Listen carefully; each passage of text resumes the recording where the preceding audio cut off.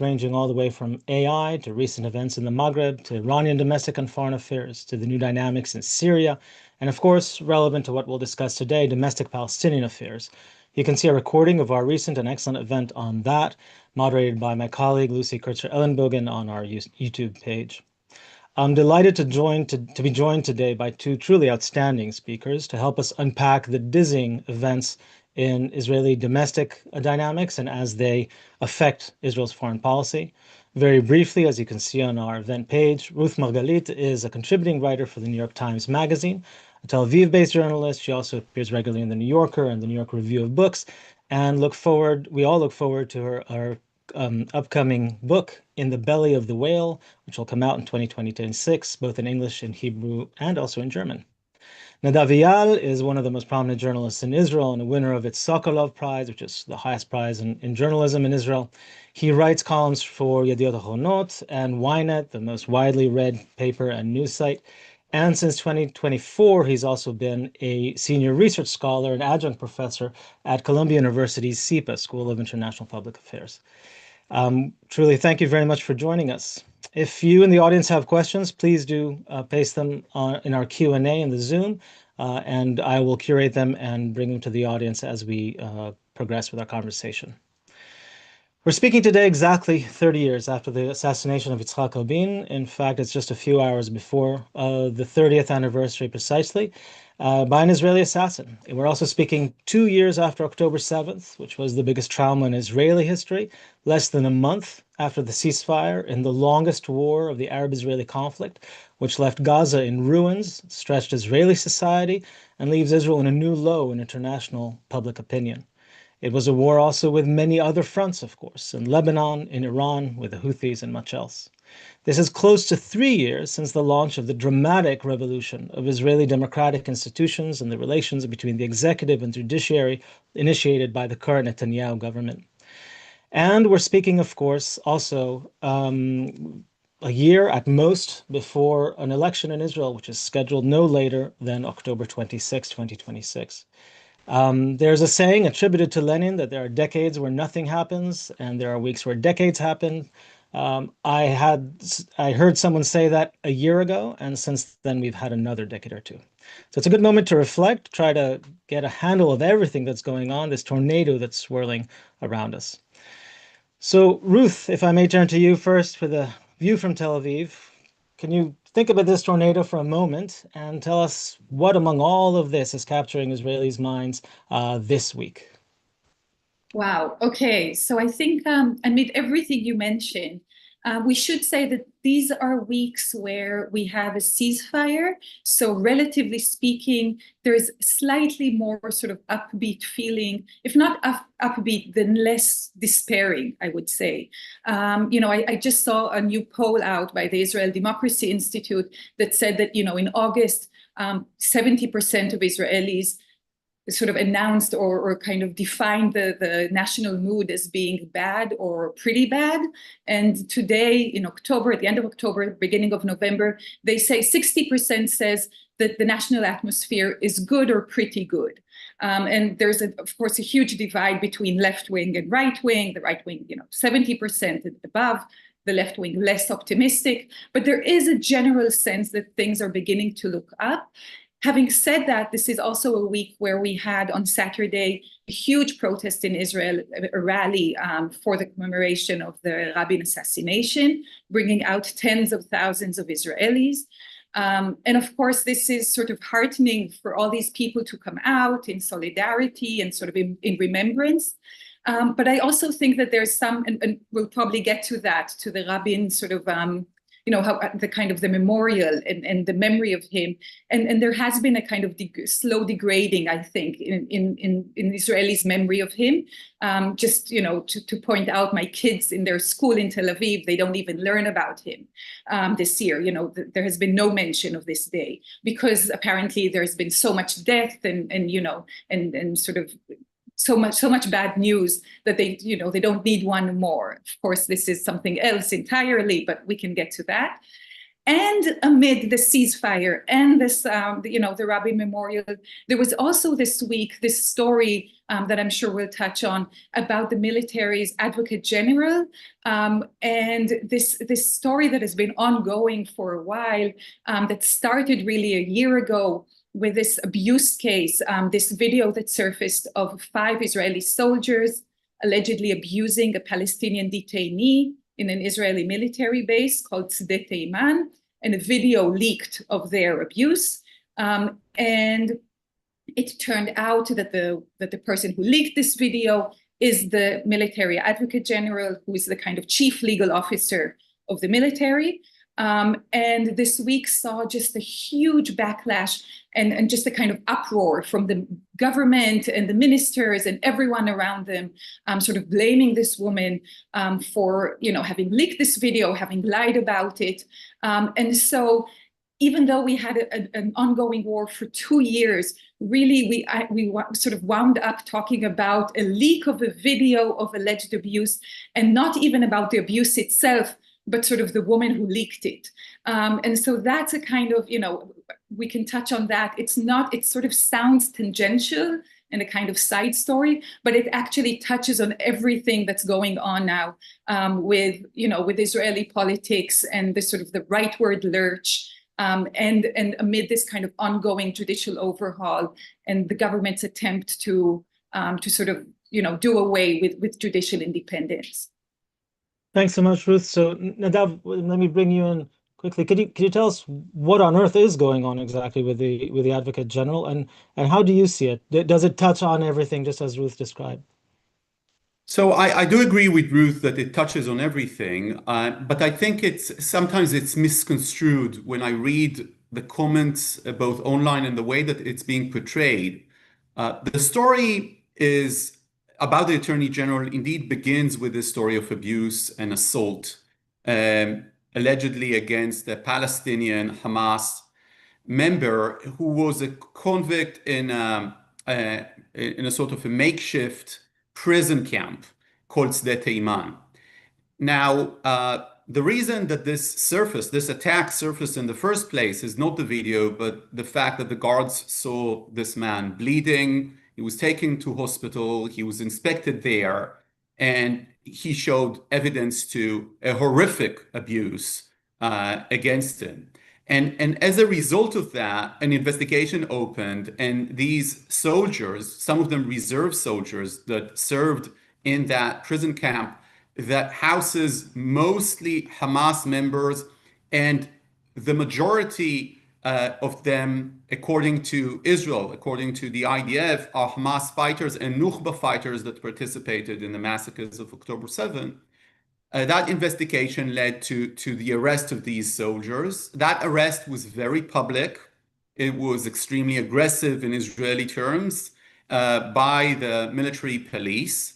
And as a result, there was a backlash of the Israeli right wing immediately that same day, in which members of parliament and ministers actually broke into IDF camps in order to protest that. And the reason for the protest was the accusation that was circling around social networks, echo chambers of the Israeli far right and right wing, not only far right, that this is a blood libel, one, and two, that this arrest was done in that way against the same people who are guarding the Nukhba murderers. And sort of the complaint there, the context there is, this is how you treat our soldiers, you, the deep state, you, the army, while they are guarding the Nukhba, completely disregarding the story about the assault. As a result, the Attorney General, we know this today, the military Attorney General or Attorney General, military advocate, decided that she's going to leak the video. So she leaked the video. The video was already shown in the investigation to the suspects, and the judge saw it. So it's not a whistleblowing story. So I keep reading that this is a whistleblower or something. She wasn't the whistleblower, she's the Attorney General. And she leaked the story. Why? And that's what's important. This is the nuance. Because of the backlash from the Israeli public. She was fearing that backlash, and she was trying to explain to Israelis how horrific was the abuse against the Palestinian prisoner that justified the means that she was using. So a week after the arrest, she was leaking it. That's not the issue itself. The abuse was dealt with in the Israeli press, and by the way, by international press, months and months ago, back in 2024. The issue is that she then lied to the Supreme Court, to the government, and of course to two different chiefs of staff of the Israeli army, and she misled the entire judicial system. And the question that Israel's right wing is asking, considering the judicial overhaul, is was the Attorney General of the country also involved in this cover-up of the leakage of the videos? Now, people are asking, why is this important? If you look at the abuse itself, if you look at what happened in Sde Teiman, investigations published both by the New York Times and CNN, you see that there are different stories of human rights violations that happened there. Why is this obsession with the leakage of the video? I should say about that as far as the Israeli right wing is concerned, I think that the story itself lies with what really happened, and always not with the leakage. But I'm a journalist. This is the way that we think about things. We don't like to hunt down people who leak stuff to us. And also in a democratic way, this is the general perception, for instance, of the Israeli judiciary. But the right wing is saying this is an example of everything that is wrong. Here, the army itself, during an investigation, without this evidence even given to the defense, just shown in an investigation, never given to the defense attorneys, is leaking a video to convict its own soldiers. And it is in a sort of a conspiracy, they allege, with the entire judicial system that then says that we're going to investigate that leakage only to cover up and to lie to everyone, the public, the government, the Supreme Court, and the chiefs of the army. This is for Netanyahu, and this is the bottom line. This is such a huge gift for Netanyahu. And it proves, as far as the Israeli right wing is concerned, everything that they have alleged about this. So it's definitely not about the abuse itself. And I should say that the trial is still ongoing against these defendants that are accused of that abuse. Thanks so much. So Ruth, why don't we talk a little bit more about the judicial revolution? This has been, if it were not for the horrific 2 years that we've experienced, this would be the biggest news of the decade. And the months between January and October 2023 were extremely dramatic in Israel. On January 4th, the Minister of Justice announces this huge overhaul of the relationship between, especially the executive and the judiciary, with, of course, the parliament in between, and trying to, in his view, rebalance the relationship, weaken the judiciary because he would claim it had overstepped its bounds, with opponents of the government, but also many prior supporters turning against this, saying that what they proposed at least was a dramatic overreach that would weaken the judiciary and leave the Israeli executive essentially with no checks at all. I'll note here, and I'm sorry to take the floor for a moment, but I'll note that if we think in the United States of a bill that passes, say, the House of Representatives, the equivalent of the Israeli Knesset, it would still have to pass the Senate, it would have to pass a presidential veto, it would have to pass all sorts of different courts of the federal system, all the way up to the Supreme Court, that would be operating with a Bill of Rights and a Constitution. All of these things, including a Constitution, none of it formally exists in Israel, except one hat of the Supreme Court acting as the High Court of Justice. There's no second chamber, there's no presidential veto, etc. Where do things stand on that? Can you tell us a little bit, give us a little bit of a shape of the enormous social cleavage over this that Nadav touched on, with the right wing feeling very indignant, for example, with the case of the Advocate General? Where does it stand today? So it's funny, we tend to look at the judicial overhaul and the war in Gaza as two completely separate things, and to say there was the judicial overhaul and then there was the war in Gaza. But of course, the two are interconnected. And we know as a fact that, that Sinwar the Hamas leader, took note from the sort of huge chasm in Israeli society that happened because of the judicial overhaul, and found, sort of exploited that moment as the moment to attack Israel. So the two are very connected. This judicial overhaul made Israel extremely weak and frail and sort of vulnerable to outside attacks. And the anti-government, the critics of the government, once the Justice Minister, Yariv Levin, announced this legislation blitz, they immediately warned that this could leave Israel extremely vulnerable to outside threats, which it has. 10 months later, we saw the horrific events of October, the 7th of October. And so as of January 2023, when this started, really we had, at first there was just a stream of just ongoing bills, and it seemed like every day there was a new law being floated that would sort of eat away at the independence of Israel's democratic institutions, the judiciary. And as you said, there are only two hurdles to Israel's to the sort of the government and to checking its balance. And one obstacle to a kind of unchecked government is the Supreme Court, the other being the Attorney General. That's it. And so it sounds as though these are very technical things, a committee to appoint judges and whether the government would control that or not. It sounds technical, it sounds a little boring, but this is really the heart of the democratic institutions in Israel, and whether they hold or whether, as is beginning to happen, this is sort of being chipped at and they slowly crumble. So right now, with the ongoing war in Gaza, there was a sense, because this wasn't in the headlines, that maybe this blitz stopped. And for a while, because of the anti-government protests, it had stopped. The government took note. I think Netanyahu was personally sort of taken aback by just the level of protests and the backlash. And then there was a halt to all this proposed legislation. But the war in Gaza proved the kind of ongoing, it was so in the headlines and so captivated public attention that the government slowly allowed itself to resume these laws.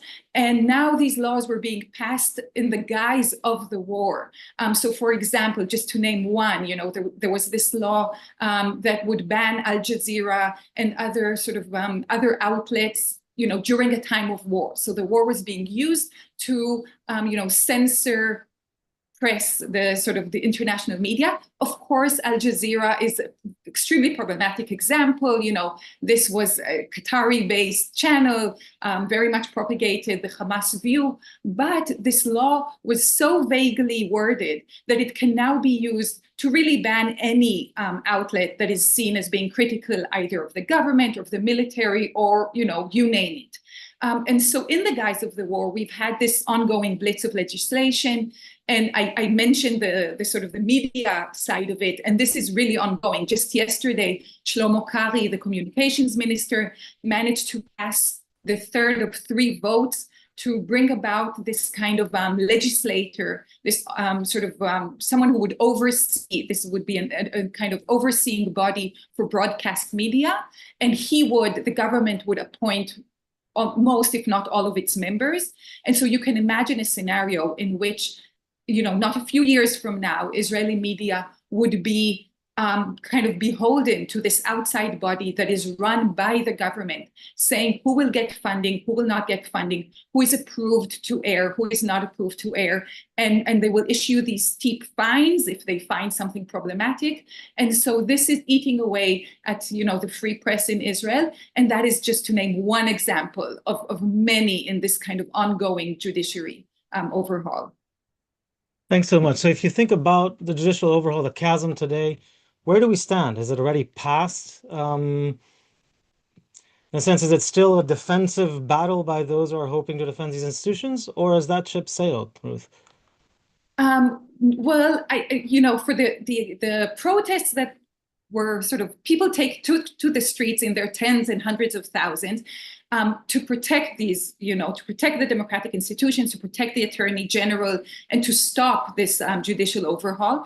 And that, because of the war, that has sort of shifted. And you had the ongoing protests. They were less in number, and they tended towards other causes, the hostage cause and others.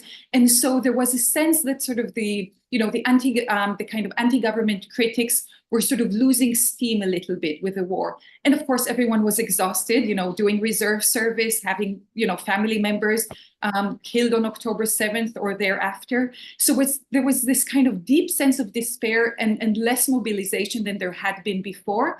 And I think the government was really counting on this fact that the public was sort of lulled into despair when it continued this overhaul. But I would say that now that that we have an election year ahead of us, and the war is beginning to look as if it's over, or at least for now, I think this issue will come roaring back.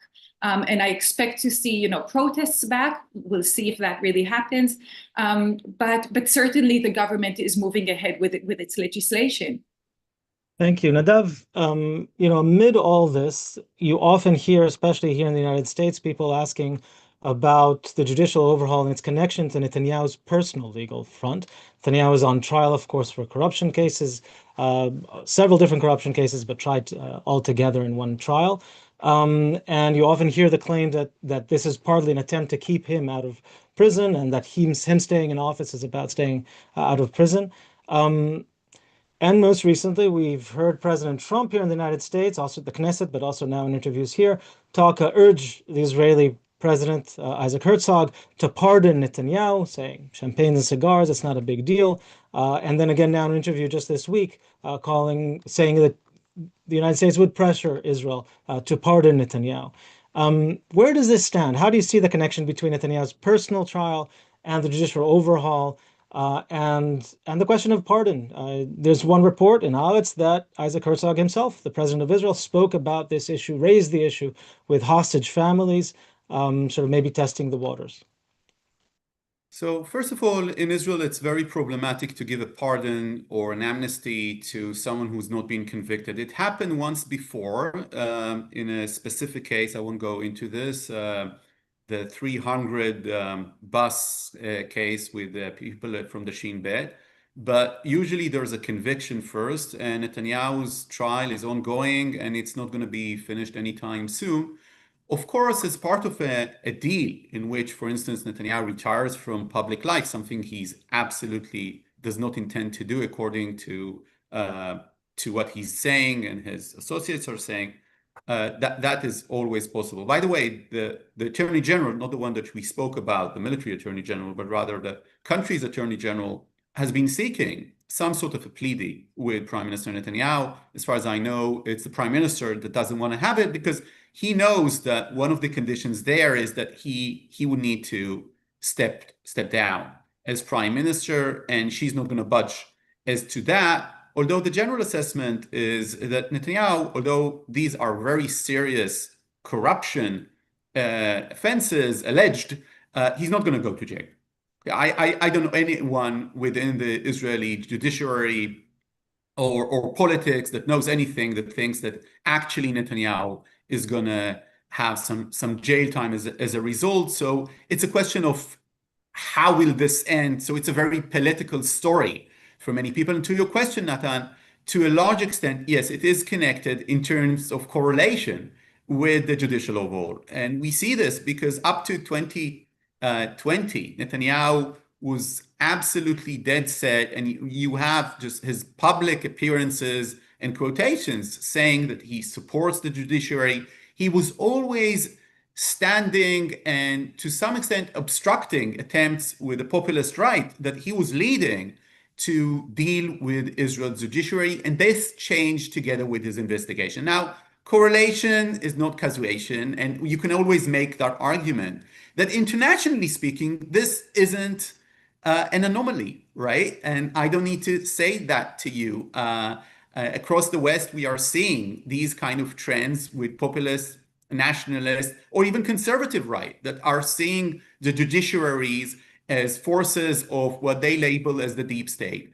and they try to change, reform, or disintegrate this. And in that regard, what the Israeli right wing is trying to do, and I would underline the word trying to do, is not an anomaly at all, internationally speaking. And here's why I'm saying trying, because till now, they managed to pass one law that is part of the judicial overall, and that is the law to limit the clause of reasonability, which is, by the way, debated internationally, I should say, but in Israel is really fundamental to the ability of the Supreme Court to try to hold back the executive branch.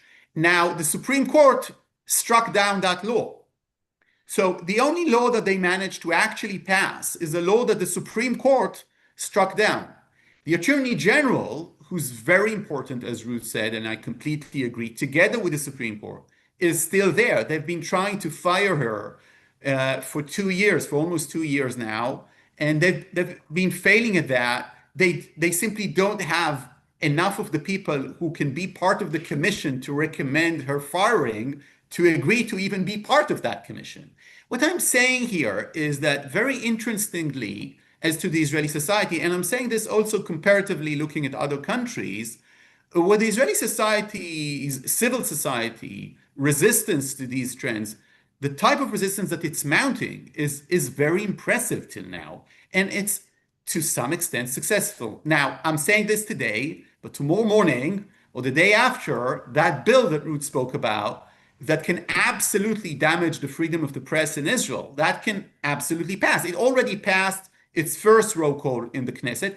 If it passes 3 votes, it becomes the law of the land. And if that is the case, yes, we have a real problem there. We also know that the Supreme Court would probably look at this law, and they assume, Natan, that the Supreme Court might strike the entire law or part of it. It's part of the Israeli political game that they're playing. The problem is that it's a very dangerous tiger to ride, and Netanyahu has been riding this tiger for a while now, and at a certain point he's going to let loose, or he's going to lose control, and we don't know when it's going to happen. Thank you. So, just 2 weeks ago, I believe, this panel that I mentioned, moderated by Lucy Kurtzer-Ellenbogen, and looking at Palestinian perspectives, today we're viewing obviously Israeli perspectives, we're describing a starkly different reality than the one that Israelis view. And this, I think especially looking at it from Washington, there really is a chasm in the way Israeli society has viewed the war, the way the international community has viewed the war, and certainly the Palestinians in Gaza, it goes without saying, but also in the West Bank. You're both journalists, and it's a very interesting question, I think, of journalism, both in Israel, the Israeli press, how it has described this war, the international press, how it has described the war.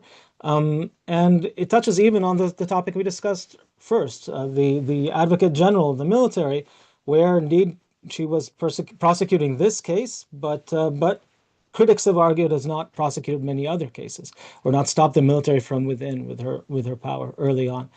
I wonder if both of you, putting both your journalist hat on, but also just analyst hat on, how should we understand this chasm? Am I correct in describing it as this deep? Ruth, why don't you give us a hint on this? How do you see Israeli perceptions of the war versus abroad, some people who don't even call it a war at all? Yeah, I think it's really alarming, the sort of the difference between the views of the war in Israel and outside of Israel. Sometimes you think you're talking about 2 completely different realities and sort of sets of facts. And I would say that in Israel, there is overwhelming consensus that this was absolutely a justified war. So about that, there's really there's no deliberation about whether Israel should have even started or not. There's overall agreement that October 7th, Hamas did this sort of cross-border raid, killing 1,200 Israelis at least, taking 250 hostages, and Israel had to respond. It had to respond in might. And so this is a consensus. Now there is a split, and Israelis at first, having supported the war and sort of gone with over 100% reserve rates, etc., slowly there has been this ebbing, an erosion of the war goals, what Israel was fighting for. And this started, I would say, sort of starting in February of 2024, and then increasingly over time. In May 2024, there was the Rafah invasion, much debated. And after, there were sort of certain points after that in which certainly international, sort of the international perspective has shifted away from Israel and towards the Palestinians. And in Israel, there has also been this ebbing of support in the war, but nothing like what you're seeing sort of internationally. And I think in Israel, you know, what I hear from Israelis really, there is a lot of kind of scratching their heads and saying, you know, kind of confusing anti-Semitism and sort of disinformation campaign and a sort of woke mentality. And of course, all of these elements exist and we shouldn't take them lightly, but there is this kind of idea that something is going on internationally and, you know, and it doesn't affect us, or we're fighting this this kind of PR battle, and it's being framed as a PR battle, as opposed to really a sense of, you know, what Israel was fighting for, and the sense that the war goals have shifted. But also inside Israel, so they kind of look outside and they say, wow, you know, the world really doesn't get us. But at the same time, there is also there was this split in public opinion where over 60%, 70% wanted the war to end months before it did, with of course, a hostage exchange and a ceasefire. And so there was this sense that Netanyahu was dragging on the war for his personal reasons and for sort of the government survivability. And Israelis did not want that. They wanted the war over months before. But still this sense that, you know, the world is turned against us, a kind of scratching of the heads as to why that is and why can't we go overseas and speak Hebrew, and, you know, why do we feel so threatened? They kind of look at the news and the lack of news coming from Gaza and with just really kind of they don't understand how this has happened.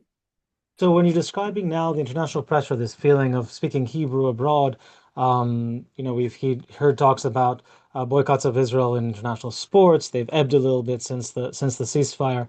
The Eurovision, which is a European song contest, which is actually quite popular in Israel, there was threats of Israel being boycotted there or kept out of the contest for now.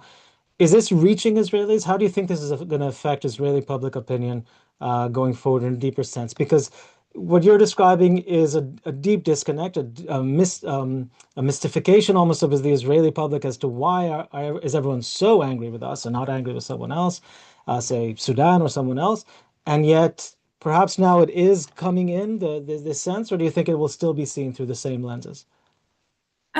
There are, as you mentioned, there are certain instances with sports, with the Eurovision contest. It's strange, where the kind of fields in which suddenly Israelis feel this sort of the shift in public, sort of international public opinion. But I think what you have is a base of the government that is more sort of Israel focused. Of course, they leave the country, they go abroad. But I think, when you talk about sort of boycotts of, let's say, academia or of, sort of cultural events, festivals, literature, all of that affects really the government, sort of overall. I'm speaking, this is a huge generalization, but this will not affect the government's base. This is more to do with people who have already been critical of the government and its policies. And so, while they have been critical of the government and its policies, they will now suffer from these boycotts, these exclusions, etc. And really, Netanyahu's base it's not that they don't care about this. They feel the rise in prices, they look at the sort of the problem with the sales of weapons, etc. And sort of diplomatically, they know that it's a problem, but this does not seem to kind of affect them personally in the way that it does sort of people, the critics and the people who kind of exist outside of it and had already been critical voices of what's going on. Great, Nadav. So I want to shift this question and ask a little bit about the Israeli leadership, the Israeli government as well. You speak to them regularly. How do you think they perceive this? I can report, some very senior ministers, including believe the prime minister publicly as well, blaming this on domestic changes in the West. So that this issue is domestic politics. I think a good example that is often given is Spain, where this is serving a domestic political issue and has become a huge topic in Spanish domestic affairs, even though Spain has really no bearing almost on the conflict or anything that happens in Israel or in the Palestinians. How do you think the Israeli government is perceiving this, and do you see this as a political issue that differentiates opposition and coalition? So it definitely differentiates between coalition and opposition in the sense that opposition is using Israel's isolation in the world to argue that it's a failure of the government, and it's to be expected in that regard. And what the government is doing, Nathan, as you said, is blaming anti-Semitism and domestic politics abroad. Now, the fact that they are doing that doesn't mean that there isn't anti-Semitism and domestic politics abroad. And here's the thing.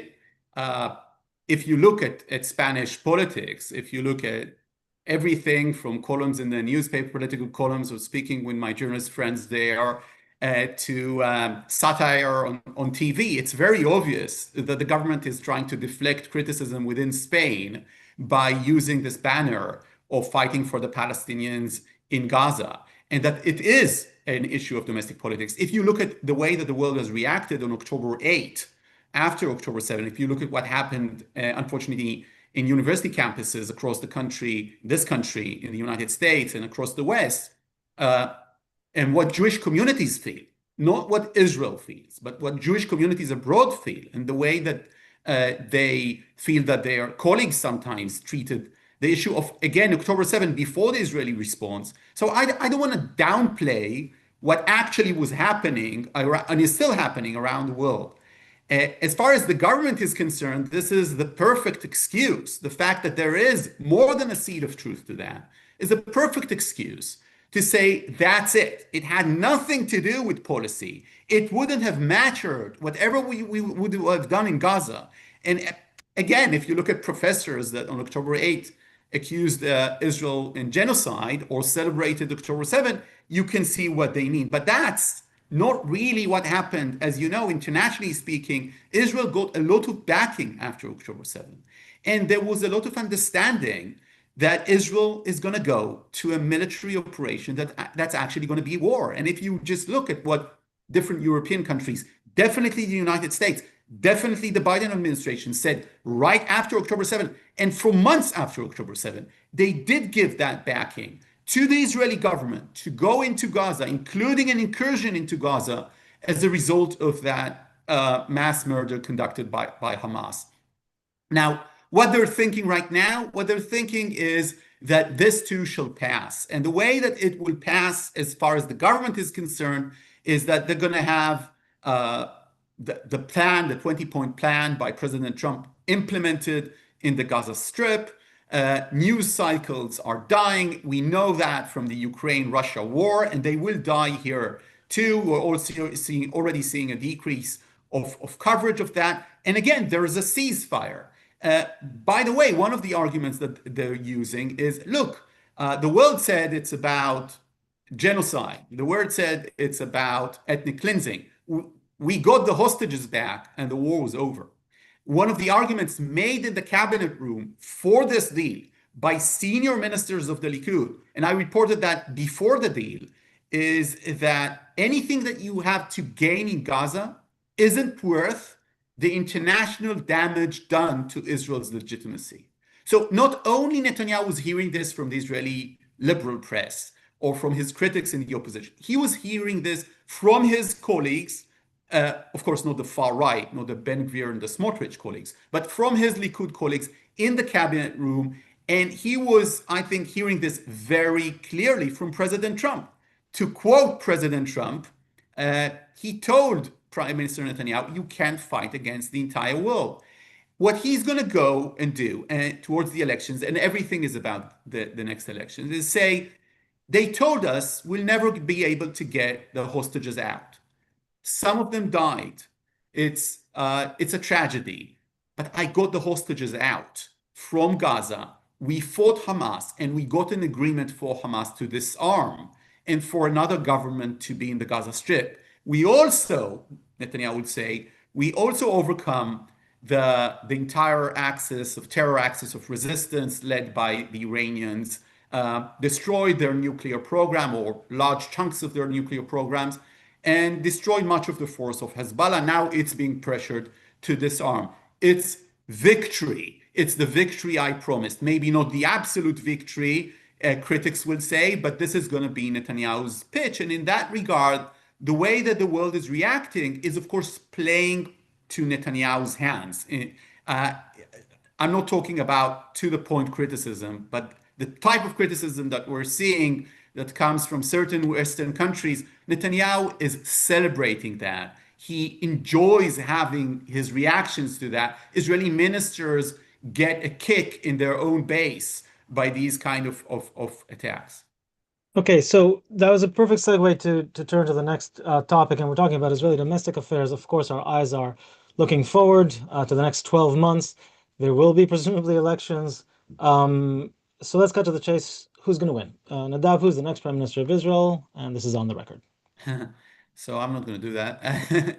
I can tell you that right now, according to every poll that we're seeing, there is a paradox, and here's the paradox. On the one hand, Netanyahu has been losing in every poll in terms of just his bloc. His bloc isn't getting 61, which is what you need, 61 out of 120, in order to form a government. And this has been going on not since October of 2023, but actually since March of 2023. He's been losing every trustworthy poll since March of 2023 that isn't funded by the TV channel that supports it. Now, on the other hand, because there's some sort of consensus that managed to be pushed mostly by the Israeli right wing, but also by the Israeli center, that the Arab parties cannot be part of the next coalition, or I shouldn't say Arab parties, parties that are supported mainly by Arab voters, and usually their leaders are Arabs, they speak in Arabic. So these parties are seen as far as Zionist parties in Israel as persona non grata in any government right now, although these parties were part of the Bennett-Lapid coalition, and it was Netanyahu that actually offered Mansour Abbas to join his own government. So it's Netanyahu that actually took out this veto, and now he's re-entering with this veto on these parties. And the argument there was that their positions after October 7 weren't as hard enough, that they didn't condemn violence enough, they're attached to the Muslim Brotherhood somehow. The truth of it is that the sentiment, it's mostly about right-wing sentiment. You can't have it after October 7. I think this is going to collapse. But right now, according to the same polls in which Netanyahu is not winning, the other bloc can't form a coalition either unless that other bloc goes with these Arab parties. And that could lead us very well to a position in which Netanyahu doesn't get 61. The anti-Netanyahu bloc gets more votes together with the Arab parties, and some of the right-wing parties that are part of the anti-Netanyahu bloc will join Netanyahu, because here's the bottom line, and that's really important to understand. The public in Israel has moved to the right as a result of October 7, as expected. They have moved to the right, and they have moved against ideas of territorial compromise or the center left. Problem is that Netanyahu was in charge, and it was a very right-wing government. And the dissonance is solved through a persona like Naftali Bennett. But Bennett isn't ruling out joining Netanyahu after the elections. Bennett wants to be the prime minister, but if he loses and he can't form a reasonable government, I don't think we can rule out the possibility he'll just join Netanyahu. He definitely is not ruling that out. Yeah, so just to place Naftali Bennett would define himself and is widely perceived on ideological terms as very right-wing, even to the right of Netanyahu, perhaps in the past on the Palestinian issue, but led the anti-Netanyahu coalition in what's known as the Change Coalition together with Yair Lapid. So, Ruth, on a similar question to you. So, first, who's going to win? And we're going to cement this in stone. But could you talk about this crucial point that Nadav raised? There are about 21% of Israelis are non-Jewish. The largest group of them are Muslim Arabs, of course, Druze and Christians as well. And yet here we have this return of this veto, the idea that their representatives, although they are in parliament, cannot at least support the initial vote to approve a government. How strong do you think this stands? And how does this come back in a sense? I have to admit that I was really shocked to see, even though Nadav, of course, is right that there is this rightward, slow kind of rightward creep of Israeli politics and Israeli public opinion. I was shocked to hear Yair Lapid, the center, the leader of the opposition from the centrist party Yesh Atid, just announce flat out that he will not serve in a coalition with Mansour Abbas, who heads one of the predominantly Arab parties. And, just for these centrist, opposition figures to just announce, to kind of take Netanyahu's veto of these Arab parties, which is, of course, strategic and has everything to do with not wanting, the opposition to gain majority, but taking his word and sort of kind of running with it, even before an election is even called. That is just, it's not just sort of strategically unwise, but really sort of ideologically, where are you setting yourself? What difference are you making? Where are you setting the line between you and Netanyahu?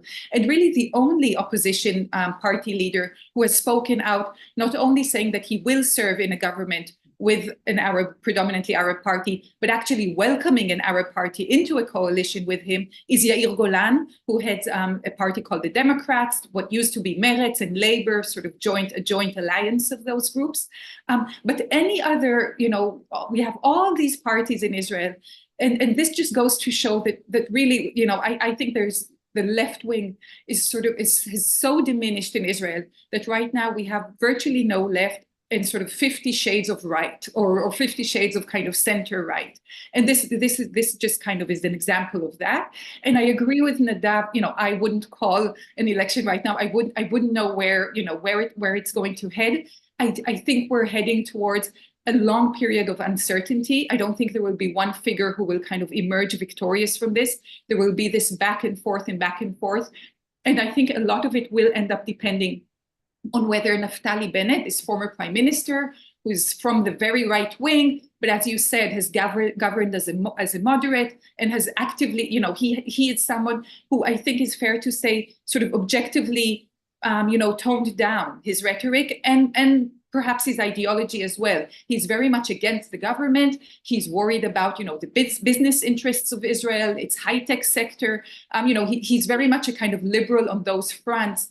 And it will all remain, it will kind of pivot on whether he ends up sort of sticking to his word that he will not join a Netanyahu-led coalition, or whether he will end up sort of folding and giving in and joining the right wing, which is his natural base.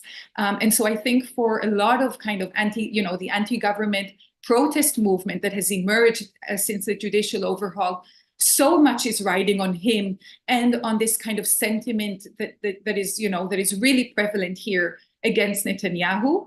But I should also say, that the protest movement is really a kind of heartening phenomenon that has come out, and, tens of hundreds or hundreds of thousands of Israelis supporting them and sort of speaking out against the government, but not one or maybe one of them has emerged as a political figure. This has not translated into political power, and it remains to be seen. We have maybe a year until until an election is actually sort of underway, perhaps less, perhaps 6 months, and we'll see whether that force, this huge kind of anti-government protest force, will translate into any kind of political force, actually. So Ruth, let's assume for a moment that Naftali Bennett and to the left of him, even excluding the parties mostly supported by Arab citizens of Israel, reach 61, the magic number of 61, and then they form, let's say, a Bennett-led coalition. There are a lot of variables going on. But let's say it's Bennett who's leading this coalition, and perhaps later they also get support from Mansour Abbas's party, Ram, after the coalition is already formed, which is in theory possible. What changes? So Naftali Bennett, as we said, is from the right wing. He would not govern alone. He'd have a coalition, presumably even Yair Golan, who's leading now, as you said, the Democrats, in there. So very, very broad tent, like the change coalition that we saw before this one. But what actually changes? Is Israel, people I think abroad thinking, okay, is there a two-state solution somewhere late in 2026? I think we can doubt that. Give us a sense of what would actually change if it was Bennett in charge and this coalition. I also doubt, a two-state solution on the horizon. And I think a lot of it would be sort of putting the Palestinian issue aside as much as possible, the settlement issue. And, there's this expression in Hebrew that a lot of the centrist parties and the opposition parties have embraced, this notion of an 80-80 system, that 80% of the people can agree on 80% of the things. And so, that's how a government should be run. And that, let's set aside the other 20%. Of course, especially the Palestinian issue. Exactly. The other 20% being the Palestinian issue, the war in Gaza, all of the kind of hot button issue that interest really anyone outside of Israel. And so we can mock that and say, well, what about the heart of the matter, which is this sort of the kind of entrenched problem in Gaza and in the West Bank, and where does that leave us? But I still think there will be such an improvement from what's going on now with this government of, the most extremist government on record. And this is a government that is not functioning. And I don't know how much people outside of Israel they know about the extremism, but I don't know how much they appreciate just the total lack of any kind of professionalism on any front. You have ministers who have been appointed not to sort of, kind of promote their given portfolio, but really to demolish it. I think the equivalent might be, there is some sort of parallel to the sort of Trump plan and his kind of division of cases, an energy minister whose sole kind of goal is to demolish the energy sector, et cetera, et cetera. In Israel, it's very much the case. The judicial overhaul will only steamroll ahead if that government gets another lease. And so it's not the case, I think there's a tendency to say, oh, if Naftali Bennett, wins, then it's sort of more of the same, and we should just kind of, it will be the same, and let's just give up. But it won't be the same. I think it will be the start of something different.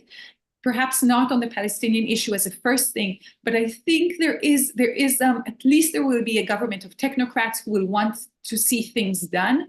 I think it will be a government of people who appreciate just how much Israel's reputation abroad has been tarnished, and would want to, provide steps forward that will placate the international community. And so even if the Palestinian issue isn't sort of front and center, I think there will be an attempt to make these gestures towards the Palestinians. And with Trump's 20-point plan, of course, the two-state solution is not Naftali Bennett's dream, but it's now written in the ceasefire agreement. At least, the way it exists now, there will be a path to statehood. And so even if the government will not want to promote that, it will at least have to be discussed. This is on the table now. And, I think any government that sort of barring this one will already be a huge improvement. Thank you. So Nadav, following on the same theme, a lot of conversation abroad during the Biden administration, during the Trump administration, you reported on both, was about the regional aspect of a putative day after in Gaza.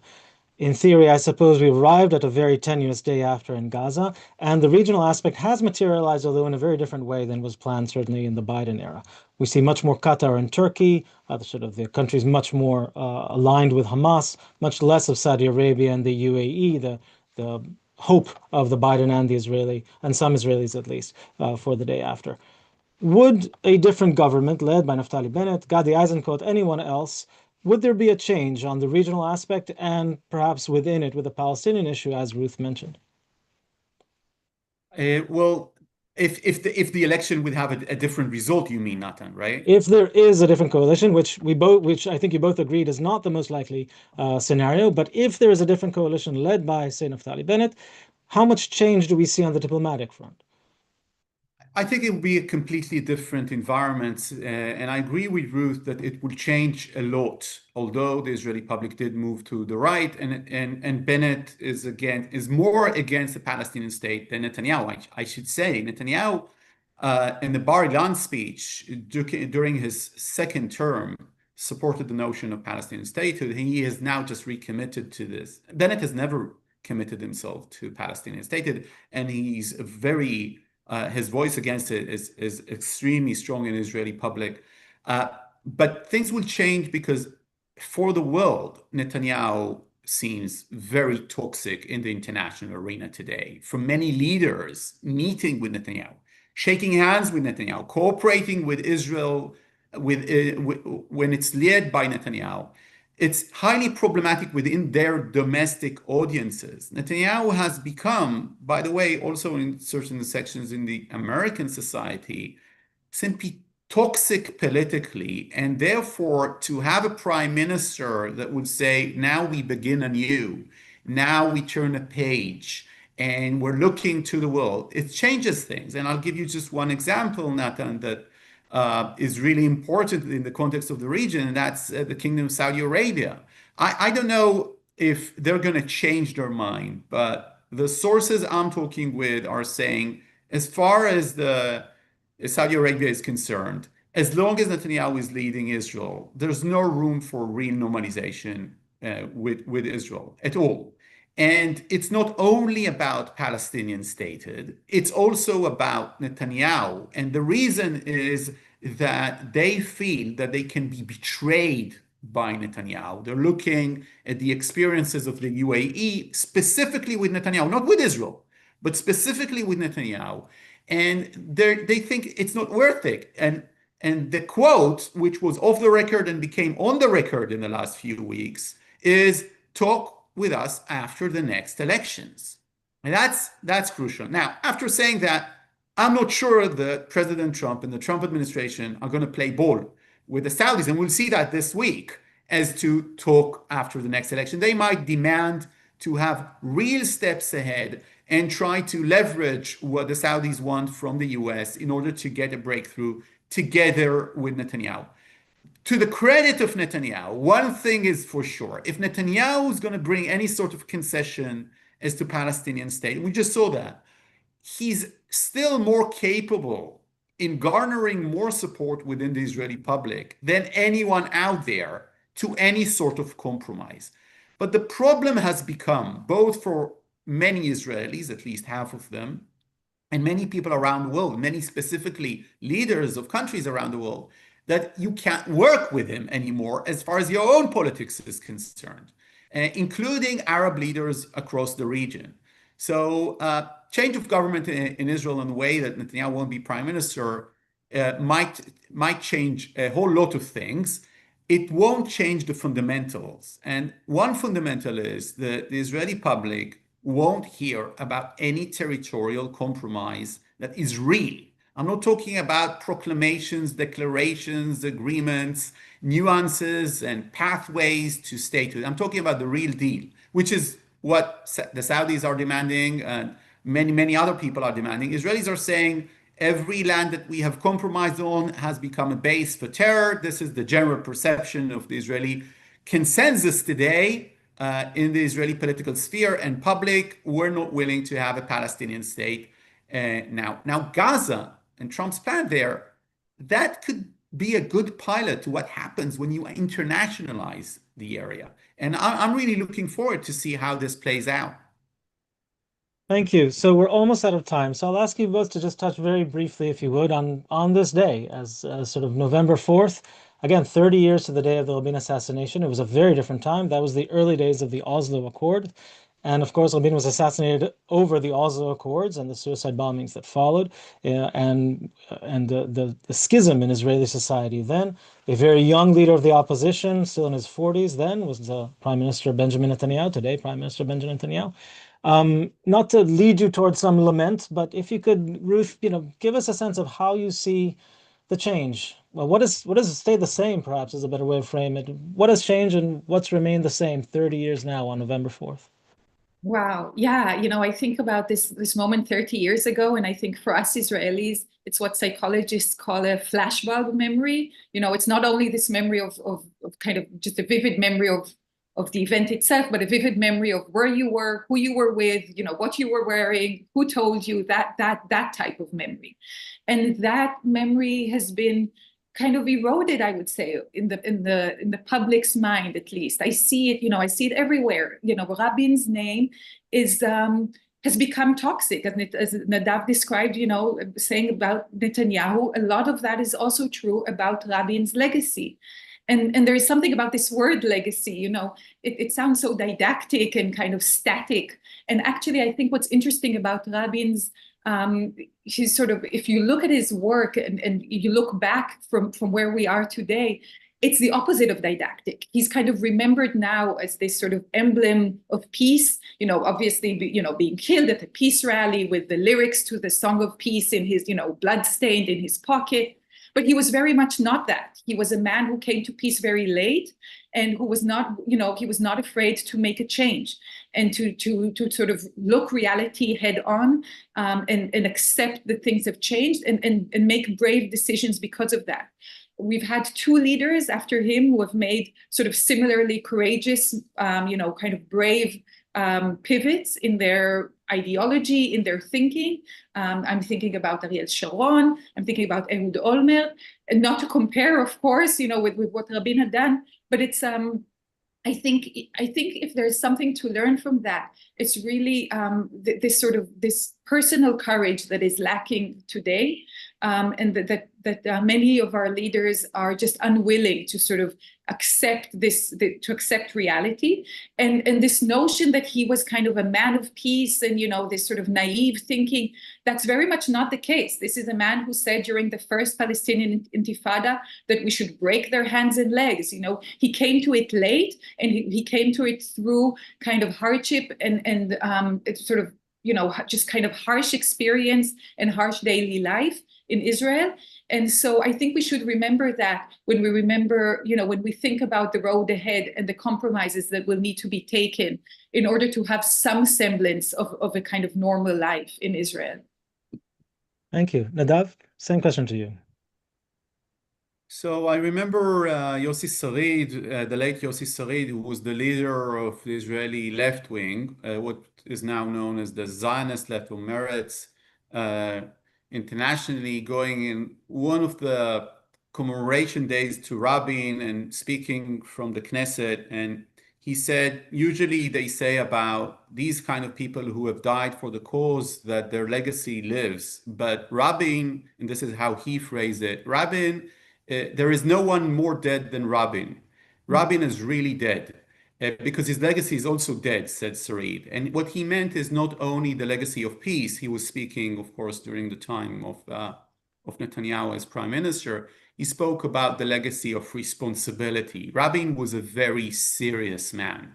And this is one thing that he carried throughout his career, this sense of responsibility for the country, responsibility for its security, planning ahead, looking ahead. It was the first prime minister in Israel's history that saw that Iran is going to be a real strategic threat to Israel. And this is one of the reasons that he wanted to break to the Oslo Accords. Rabin's peace was very much what John Kennedy spoke about when he referred to peace. It was a very realist notion of why we need to do this, not an idealist perception of the international and regional arena. And I am more optimistic than Ruth is as to his legacy today. Think that after October 7, and specifically now, even within the Israeli center and center left that has been shrinking for many years, there is a new appreciation to Rabin's place, and there is something there. It always happens after big conflicts like the first Intifada, the second Intifada. Israelis at the beginning react very forcefully to violence instituted against them as they see it. But then we see breakthroughs, political breakthroughs, the Oslo Accords after the Second Intifada disengagement. And now in Gaza, we're seeing the first time in history that Israel is actually agreeing to internationalize a piece of land that it had total security control on at the time, at the past, before 2005, and to have it under some sort of an international governance of sorts. And this is moved through with Prime Minister Netanyahu agreeing to talk about statehood, even though President Trump acknowledged that Netanyahu is against it, just 2 years after October 7th. So these things tend to be much more pragmatic and fluid in the Middle East. It's one of the hopes that I have for the Middle East. And Rabin's career, as Ruth mentioned, definitely proves that. Well, thank you very much to both of you for truly very insightful, deep knowledge. Ruth Margalit and Nadav Eyal, we're extremely grateful. I invite the audience to please share this conversation, but most importantly, join us for other panels on very different topics, certainly the Palestinian aspect of things, as I mentioned, but throughout the region as well. Wishing everyone a peaceful time ahead, hoping that the ceasefire actually holds and that some of the, at least the better procrastination that you both gave us comes true. Thank you all very much from Washington. Thank you, Ruth in the Middle East. Thank you, Nadav up in New York. And looking forward to seeing you all and